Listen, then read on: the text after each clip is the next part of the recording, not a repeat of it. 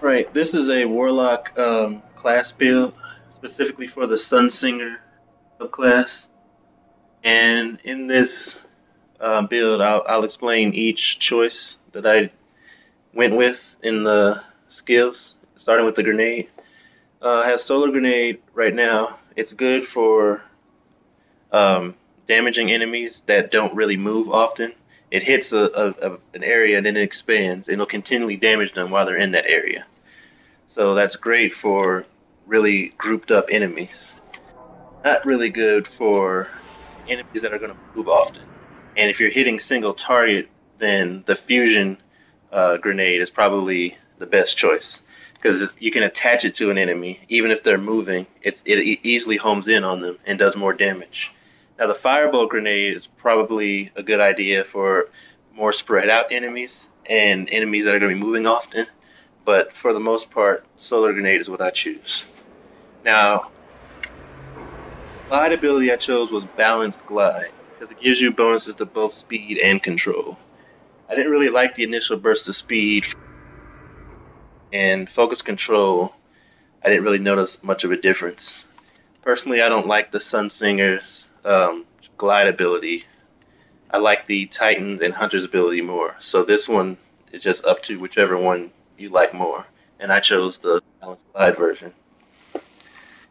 Now, for the Radiance ability, Radiance is really nice because it'll decreases your cooldowns and increases the effectiveness of your abilities. So you'll be able to keep using your grenades and melee ability every couple seconds.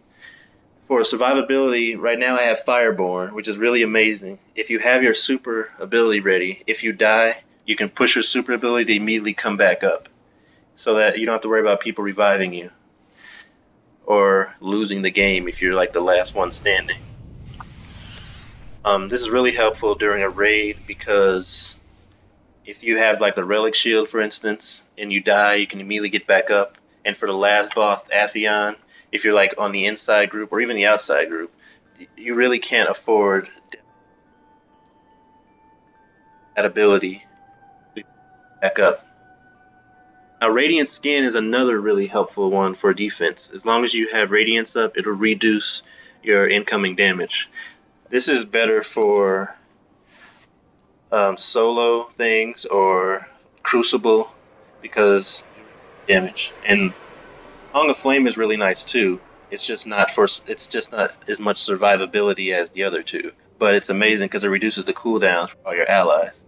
So that's still a good one to use if you don't need that. Now for the melee ability upgrade, Flame Shield was the clear answer here because you're not even killing an enemy, damaging them with your melee ability gives you a barrier. Now Brimstone will explode, and the other one puts solar back, but Flame definitely the best one when you need extra defense. Now Arcane Wisdom, I chose for the battle recovery and speed because, in my opinion, it's the best option. Now this is a survivability build, but from my experience, even being a Titan with almost full armor, the high level stuff like raid and high level strikes, you're still going to die really quickly.